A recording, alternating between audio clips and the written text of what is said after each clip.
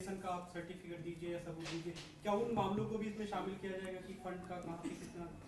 देखिए, जो फंड का मामला है, ये सब परिस्थितियां जीएनसीटीडी अमेंडमेंट एक्ट आने के बाद शुरू हुई हैं।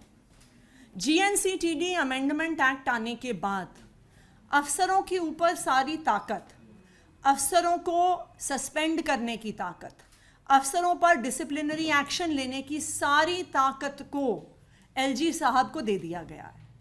और जब से जीएनसीटीडी एक्ट आया है, दिल्ली सरकार के अफसरों ने चुनी हुई सरकार के मंत्रियों के आदेश मानने से मना कर दिया है।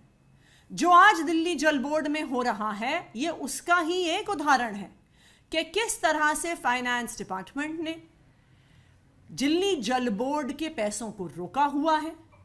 मेरे बतौर फाइनेंस मिनिस्टर होने के बावजूद, उनको आदेश देने के बावजूद, 3 बार रिटर्न डायरेक्शंस देने के बावजूद फाइनेंस डिपार्टमेंट फंड्स नहीं रिलीज कर रहा है।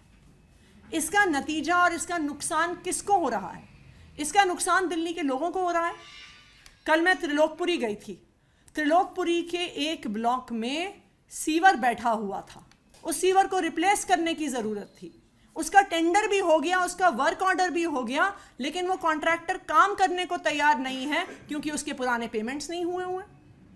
मैं 2 दिन पहले सुल्तानपुरी गई थी, वहां पे भी यही कहानी थी। वहां पर सीवर ओवरफ्लो कर रहा था, लेकिन जिन कॉन्ट्रैक्टर्स से सीवर क्लीनिंग मशीन्स हायर करी जाती हैं, उन्होंने काम करने से मना कर दिया था। क्यों? क्योंकि उनके पुराने पेमेंट्स नहीं हुए। तो अगर इसी तरह से पूरी दिल्ली में सीवर ओवरफ्लो होंगे, सीवर की रिपेयर नहीं होगी, उनके द्वारा वाटर कंटैमिनेशन होगा, तो इसका खामियाजा दिल्ली के लोगों को ही भुगतना पड़ेगा। इस मुद्दे को हमने कई बार एलजी साहब के पास भी उठाया है। इस मुद्दे पर अभी एक केस दिल्ली हाई कोर्ट में भी चल रहा है और मैं उम्मीद करती हूं कि जल्द से जल्द फाइनेंस डिपार्टमेंट द्वारा दिल्ली जल बोर्ड का पैसा रिलीज किया जाएगा।